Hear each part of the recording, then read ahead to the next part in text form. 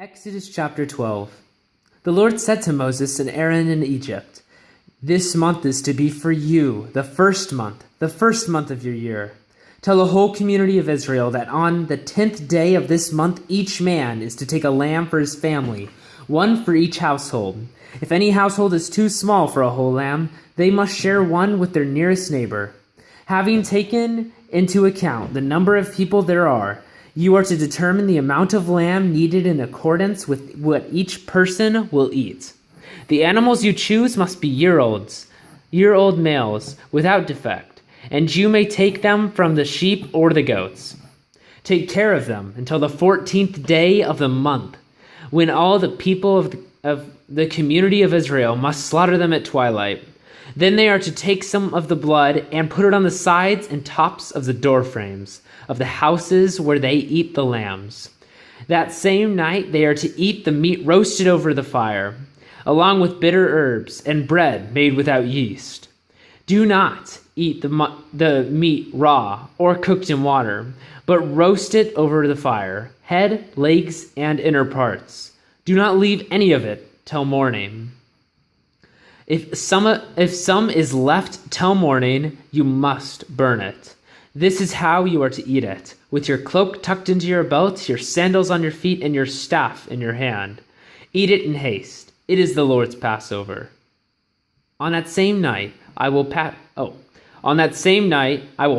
through Egypt and strike down every firstborn, both men and animals, and I will bring judgment on all the gods of Egypt.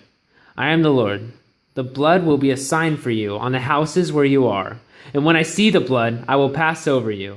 No destructive plague will touch you when I strike Egypt. This is a day to commemorate. You are to commemorate for the generations to come. You shall celebrate it as a festival to the Lord, a lasting ordinance. For 7 days you are to eat bread made without yeast. On the first day, remove the yeast from your houses. For whoever eats anything with yeast in it from the first day through the 7th must be cut off from Israel. On the first day, hold a sacred assembly, and another one on the 7th day. Do not work at all on these days, except to prepare food for everyone to eat. This is all you may do. Celebrate the feast of unleavened bread, because it was on this day that I brought your divisions out of Egypt. Celebrate this day as a lasting ordinance for the generations to come. In the first month you are to eat bread made without yeast. From the evening of the 14th day until the evening of the 21st day, for 7 days no yeast is to be found in your houses. And whoever eats anything with yeast in it must be cut off from the community of Israel, whether he is an alien or native-born. Eat nothing made with yeast. Wherever you live, you must eat unleavened bread. Then Moses summoned all the elders of Israel and said to them, "Go at once and select the animals for your families and slaughter the Passover lamb. Take a bunch of hyssop, dip it into the blood in the basin, and put some of the blood on the top and on both sides of the doorframe. Not one of you shall go out the door of his house until morning. When the Lord goes through the land to strike down the Egyptians, he will see the blood on the top and sides of the doorframe and will pass over that doorway, and he will not permit the destroyer to enter your houses and strike you down. Obey these instructions as a lasting ordinance for you and your descendants. When you enter the land that the Lord will give you, as he promised, observe this ceremony. And when your children ask you, 'What does this ceremony mean to you?'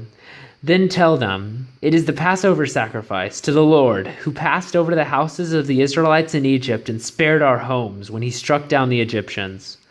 Then the people bowed down and worshipped. The Israelites did just what the Lord commanded Moses and Aaron. At midnight the Lord struck down all the firstborn in Egypt, from the firstborn of Pharaoh who sat on the throne to the firstborn of the prisoner who was in the dungeon, and the firstborn of all the livestock as well. Pharaoh and all his officials and all the Egyptians got up during the night, and there was loud wailing in Egypt, for there was not a house without someone dead. During the night, Pharaoh summoned Moses and Aaron and said, "Up! Leave my people, you and the Israelites. Go worship the Lord as you have requested. Take your flocks and herds as you have said and go. And also bless me." The Egyptians urged the people to hurry and leave the country, for otherwise, they said, "We will die." So the people took their dough before the yeast was added and carried it on their shoulders in kneading troughs wrapped in clothing. The Israelites did as Moses instructed and asked the Egyptians for articles of silver and gold and for clothing. The Lord had made the Egyptians favorably disposed toward the people, and they gave them what they asked for. So they plundered the Egyptians. The Israelites journeyed from Ramses to Succoth. There were about 600,000 men on foot besides women and children. Many other people went up with them, as well as large droves of livestock, both flocks and herds. With the dough they had brought from Egypt, they baked cakes of unleavened bread. The dough was without yeast because they had been driven out of Egypt and did not have time to prepare food for themselves. Now the length of time the Israelite people lived in Egypt was 430 years. At the end of the 430 years, to the very day, all the Lord's divisions left Egypt, because the Lord kept vigil that night to bring them out of Egypt. On this night, all the Israelites are to keep vigil and to honor the Lord for the generations to come. The Lord said to Moses and Aaron, "These are the regulations for the Passover. No foreigner is to eat of it. Any slave you have brought may eat of it after you have circumcised him, but a temporary resident and a hired worker may not eat it. It must be eaten inside of one house. Take none of the meat outside the house. Do not break any of the bones. The whole community of Israel must celebrate it. An alien living among you who wants to celebrate the Lord's Passover must have all the males in his household circumcised. Then he may take part like one born in the land. No uncircumcised male may eat of it. The same law applies to the native born and to the alien living among you." All the Israelites did just what the Lord had commanded Moses and Aaron, and on that very day the Lord brought the Israelites out of Egypt by their divisions. End of Exodus chapter 12.